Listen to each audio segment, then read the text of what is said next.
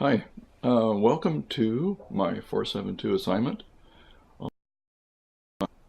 I will be sharing my successes, joys, challenges at these border crossings that are really special to my life. Being a student and cohabitating on that learning boundary is stressful. I became very complacent about my learning in my landscaping business, so I had to learn I learned it over many, many years and became quite proficient at it.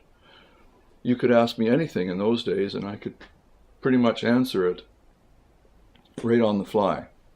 It became a pattern that school has actually shattered. It's made it kind of strange because I no longer feel confident, and yet I have this historical knowledge that I can do things. There are many things I don't know how to do now, such as video editing, but I'm learning, and it's challenging. I bought an editor, and that is quite interesting as to how easy they are, but as I have said, it's still challenging. Also, it's difficult for me to talk about lesson plans or blooms, So I remember feeling overwhelmed as an apprentice landscaper too by so many things when I was just starting out. But I did learn. So I believe it's the same with many things, and I believe it will be the same with adult education and doing presentations such as this, or public speaking. My interests slip in and out, and they come and go, especially in adult education, because it's a discipline, and you have to sink into it, and it takes a while to get proficient at these areas. There's so many different boundaries and so many different community of practices in the whole landscape of practice of what I'm trying to do. It makes it tricky. The stress will abate as I become more proficient at it. So I plan to navigate the border crossings of my new community with patience and decisiveness, which I think is really important, if a little bit scary.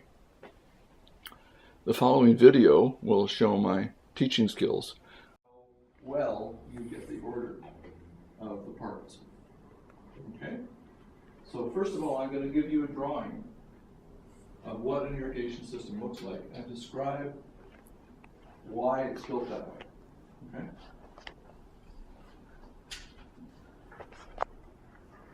So, let's assume that that's the edge of your property. Okay?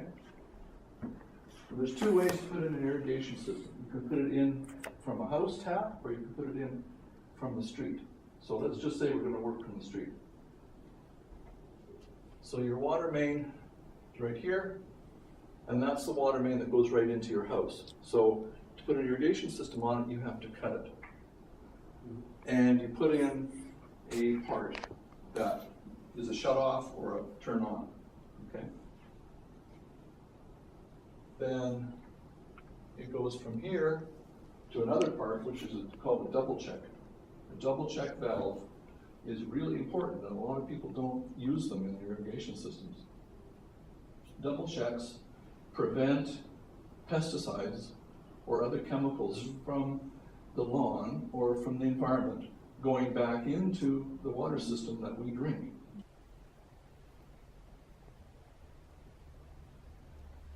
My dream is to teach courses that I've written myself in the community of practice of men's studies or men's history. Not like history has been portrayed in our culture about men, that men are, warriors, killers, pillagers, things like that. It's more like, why do men do these things? Why have we allowed ourselves to become this way? What motivates us to be this way? And what alternatives are there? That is the kind of men's studies I'm interested in. I want them to touch on these issues, long overlooked by traditional academic curriculum. For example, history tends to focus on men's issues as if it were a given reality that cannot be changed because that is the way men are, that they're flawed. And I'm challenging that and saying it's not true. Some men are, and that we've learned certain ways of being in the world that can do great things or that can do disastrous things. It seems the only way men will change is if they are forced to. That's another assumption. Maybe it's the only way they'll change is if they are given something they want to change to. So this is a very hard subject to bring up with some men and women. They see their lives as being dominant or inadequate instead of being equal. In reality, it's quite tragic when there are so many different options. A few things I know will happen in my life and are underway already. I'm seeking work in the community of practice of men's studies, a new area of practice meeting up against many boundaries of other practices. Hopefully I can maintain some work in my landscaping, which has been my career, which I've loved for many years. And I especially enjoy complete yard makeovers and Japanese carpentry projects. As an instructor of history or men's studies, though, I'm quite nervous about where I will teach. Many universities do not teach it the way I prefer, if they teach it at all. And it often comes with a lot of oversight from other communities of practice, which I may not agree with, or are highly critical of men and masculinity. And those are areas that I think need to be redesigned and rewritten. My major concern is how my courses might be diluted or criticized. Maybe that's something that all instructors have to face. It seems like it is now men's community practice to meet the boundary of the larger gender studies landscape of practice. And it's quite large, and it is very challenging for men such as myself to go up against that boundary. So negotiating it can be difficult. But slowly I am gaining my contributory expertise while giving talks on men's issues. For example, I gave one February 24th to a group of young people using a learning story that teaches a moral or ethical lesson. I like these kinds of things because they engage the learner in their own self-learning process, and this is very much along the lines of adult education. I'm gradually interjecting adult education language into my practice, as I've been trying to do in this video, and I find it much more descriptive for the learner and for me to describe what I'm actually doing. Then in April of this year, I will be presenting a part of my book on the history of male purpose at a conference in Ann Arbor, Michigan. But I'm only a sojourner there. I'm definitely not an apprentice. So I identify mostly with speakers and leaders who create a community of practice where I identify as an apprentice. I mean, that makes sense.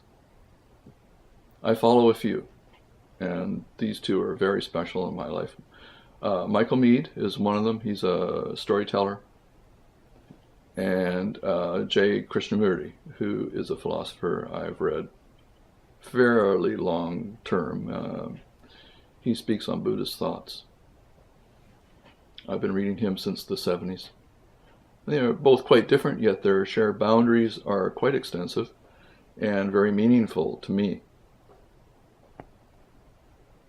I like Michael Meade because he tells stories that have a learning component to them, and they are often mythic and create a crisis in the listener's life, something you have to learn from.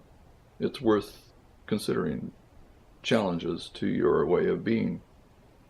Value is in the successful resolution of the lesson, of course, and I want to use his stories in my community of practice. Eventually, I want to learn to write my own so that I can use them in my teaching practice. Krishnamurti has a similar way of saying things in his books, and they resonate very deeply with me as well. His stories are not easy to understand. Part of it is language. He's from India. And he was quite elderly when he wrote or did most of his videos and wrote a lot of his books. Yet it makes me concentrate even more to listen to him to speak, because you have to listen to each word he says. He talks on issues related to everyday life, though, such as fear, education, what is the self. I also like poetry, and some of my favorite poets are Rainer Maria Rilke, William Stafford and Robert Bly. They speak like Mead and Krishnamurti.